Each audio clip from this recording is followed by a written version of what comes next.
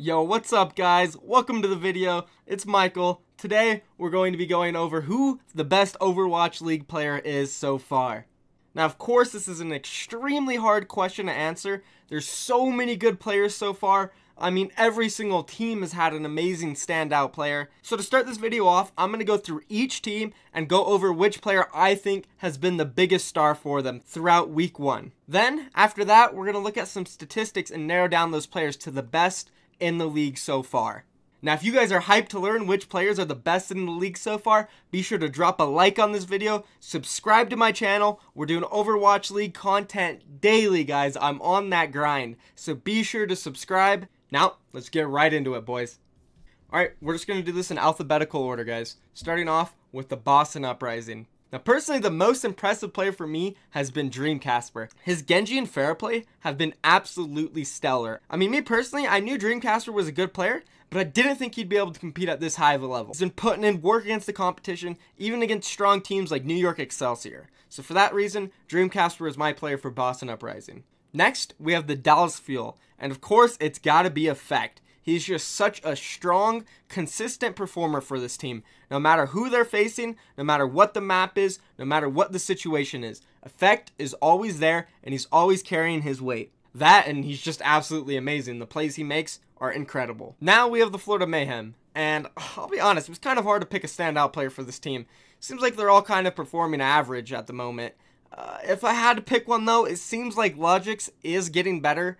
Of course, he's an online beast, but so far in LANs, he hasn't been that good. So progressively, I think he's gotten better, so I'm going to have to give it to Logix. If he keeps steadily improving like he is now, I think this team can get a lot stronger. Now, we have the Houston Outlaws, and I'm going to have to go with Cool Matt. You know, I could have easily said Linkser, but, you know, Linkser's been doing good, but he hasn't been like next level carrying them like some of the other DPS in the league. He hasn't impressed me super hard so far. I think both him and Jake are playing a pretty decent game. Maybe Linkser a bit better than Jake. I think a lot of people are undervaluing Jake's performance so far, which is fine. But back to Cool Matt, he's been doing his job. He's been making clutch plays. He's always pressuring the front line and protecting his back line. He just does so much in the diva role. Now we have the London Spitfire, and of course, my boy Prophet has been a standout player. He's topped the statistics every single game for the London Spitfire. His Tracer looks absolutely spectacular when he's on it, and his Genji as well. I mean, it's crazy that one player can play Genji so well and then swap the Tracer and play it at the same exact level. It's so crazy because in the meta right now, Tracer is a role herself, and honestly, so is Genji. They're two specific roles that you have a specialist on.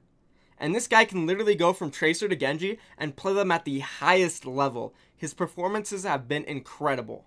Next, we have the Los Angeles Gladiators. Now, this was actually a really hard one to choose, not because all the players have been underperforming. I mean, they played Seoul Dynasty, and it was a rough game for them, and then they played Shanghai, and everybody looked really good in that game.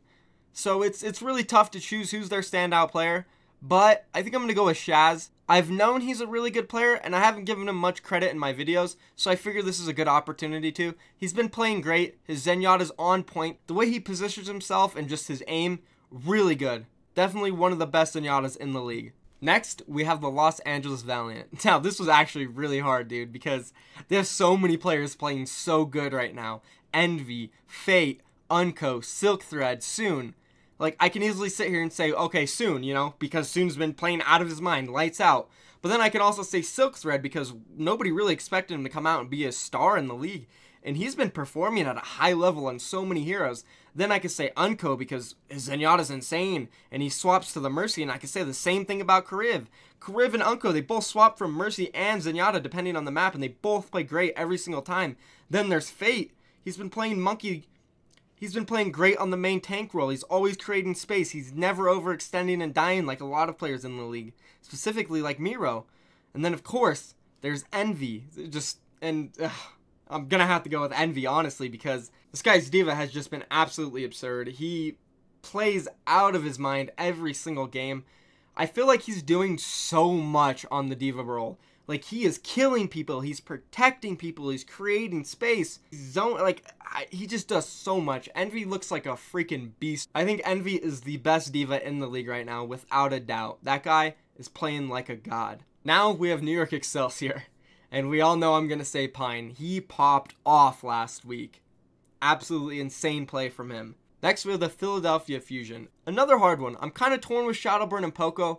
I think Shadowburn's been playing really good. I think he's been one of the better performing Genjis in the league. But then Poko, he's up there with Envy on that diva role, man. He's been popping off.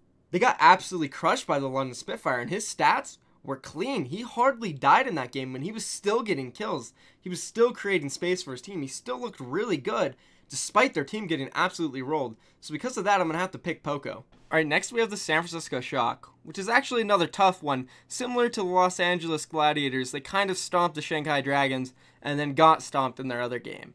So it's a little hard to tell who is their best performing player, but I'd have to say Dante, to be honest. The main reason I'm picking Dante is because the jump in gameplay he had from the preseason to the regular season was really impressive. He went from kind of looking off and shaky in the preseason to a solid tracer in the first week. I mean, he was popping off. He was getting kills. He was helping out Baby Bay. It was nice to see, and I think if he could continue to improve at that type of rate, he'll be a really strong player very soon. Next, we have Seoul Dynasty. And of course, Fleta and ryujehong are both so good. This might be the toughest pick between any players on any team. They both performed so well, so well. But I think I'm going to have to go with ryujehong. I'll get more into why I chose ryujehong later. But for now, ryujehong is a beast, and I got to go with him. And lastly, we have the Shanghai Dragons. And I actually want to give a big shout out to Undead. Man, he played his butt off in week 1, especially that San Francisco Shock game. He was dragging his team around. They were literally only winning team fights because of him. He even made some maps look competitive, single-handedly. Undead looked like a beast. I mean, we thought Daya was going to be an awesome Widowmaker for them, but Undead really popped off on Widow, and it made sense why he was on it over Daya. Sick plays from him. Awesome to see. Hopefully that team can get their stuff together and play better. I think they're the worst team in the league right now. We'll see. Alright, so now that I've listed the best performing players on their teams in week 1, let's go over the top 5. Not in any order, but the players I have are Effect from the Dallas Fuel, Prophet from London Spitfire, Envy from the Los Angeles Valiant, Pine from New York Excelsior, and ryujehong from Seoul Dynasty. It wasn't super easy, but it also wasn't super hard to pick these 5 players. They were all very standout players in week 1. They provided so much for their teams. It was easy to tell that they were just popping off at almost all times. Starting off with Effect from the Dallas Fuel. Now, he's actually the only player on this team that didn't win a game in week 1. Actually, the other 4 players are on a team that went 2-0 and are undefeated. So Effect, being able to lose 2 games and still make the top 5 list is actually pretty spectacular. That's amazing from him. It just honestly shows how effective he is as a player. No pun intended, the guy just does so much at all times. I didn't expect him to come out and play Widow, and the way he performed against Seoul Dynasty on Anubis was sick. He was getting so many crazy kills, especially that one specific highlight on their attack where he killed about 7 people in a row and helped Dallas Fuel cap the point in like 2 minutes. It was absolutely insane. But I'm going to have to stop him at number 5 and take him out of the list, guys. Although he is playing out of his mind, his team still did go 0-2. Alright, now we got these other 4. Who do we eliminate now? We got the top 4, Prophet, Envy, Pine, ryujehong.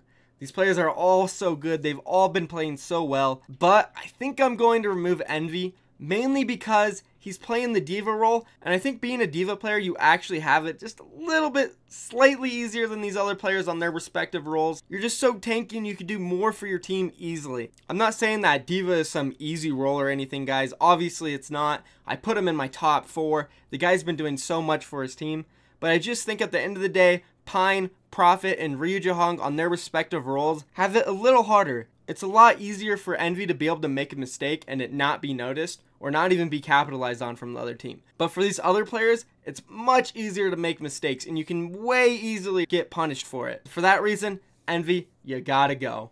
Oh my god, guys, I just realized I left Fleta out of this list. What was I thinking? Oh, man. Fleta is so good. Oh, why did I do this thing where I only had to choose one from a team? Oh, man. It's like Fleta or ryujehong. Oh, God. All right, come on, Michael. Just live with your choice.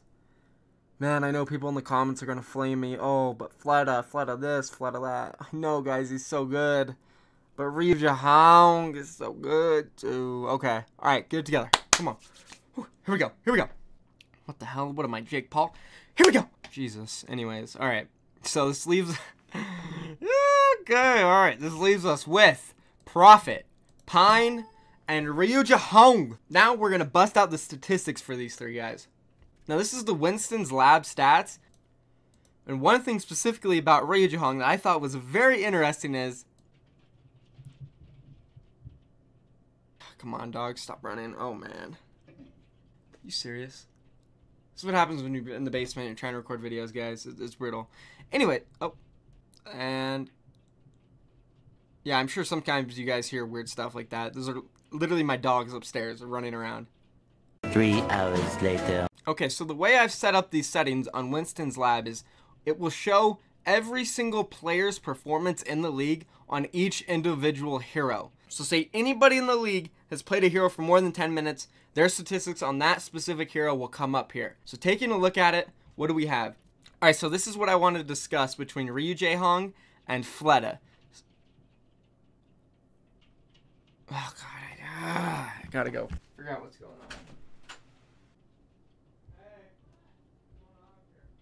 12 seconds later. Now, as you guys can see here, ryujehong on Ana is the most effective player in the entire Overwatch League. So basically what this means is when ryujehong is on Ana, he is the most effective player in the league. By far, more than Pine when he's on McCree. And what I find so fascinating about this stat is his win rate with his team on it. They only win 24.74% of the time that he is on Ana. That's mind-blowing. How is he the most effective player in the league on Ana when his team is losing 75% of the time? What the heck is that, ryujehong? What the heck? How are you that good? It honestly doesn't make sense to me. It's just absolutely crazy. But then again, we have Fleta here with 40 minutes, 72% win rate on it, 35% kill participation with his. God, Fleta's so good. That is such a hard choice. They're both so good. They're both number 3. Screw it. They're both number 3. Honestly, like, I can't do this. So that takes out ryujehong and Fleta.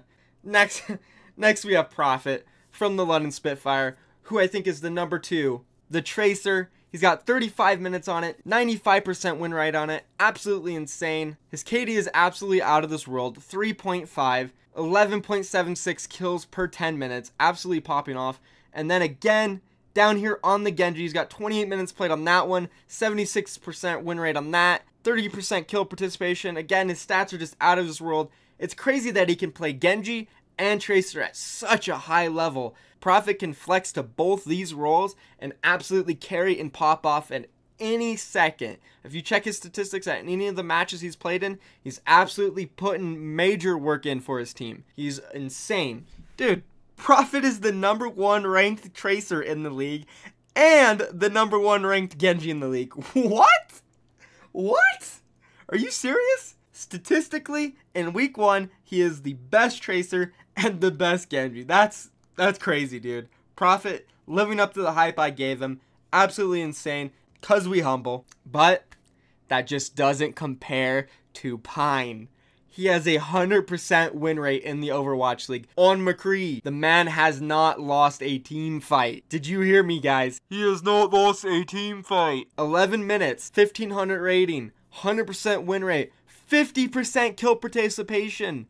Holy crap, that's unreal. That is unreal. The next guy is freaking Fleta at 35%. Like, that's unreal statistics. Pine, we saw him, he was pew, pew, pew, pew, pew, pew, hitting every single shot. The guy is so good. They didn't play him that much, but when he played, holy crap, Pine is the best player in the Overwatch League so far. Hands down, his performance has been unreal. I hope New York plays him more in the second week. I want to see more from him. Oh, God, it's crazy how good he is. It's just crazy, crazy. Why can't I be that good? I want to be that good, dude. Like, what the hell? You know why he's so good, dude.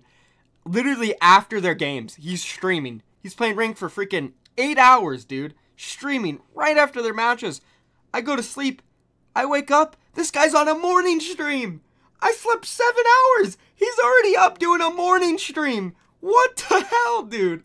Pine, hands down, best player in the Overwatch League so far. If you guys enjoyed this video, drop a like for me. Subscribe to my channel. I'm doing daily Overwatch League content. You guys already know what it is. I'm out here grinding. And be sure to check the poll down in the comments. And don't forget, vote for who you want to see next in my series of Are They Good Enough for the Overwatch League, guys. Join the Discord. I'm out. Peace, guys.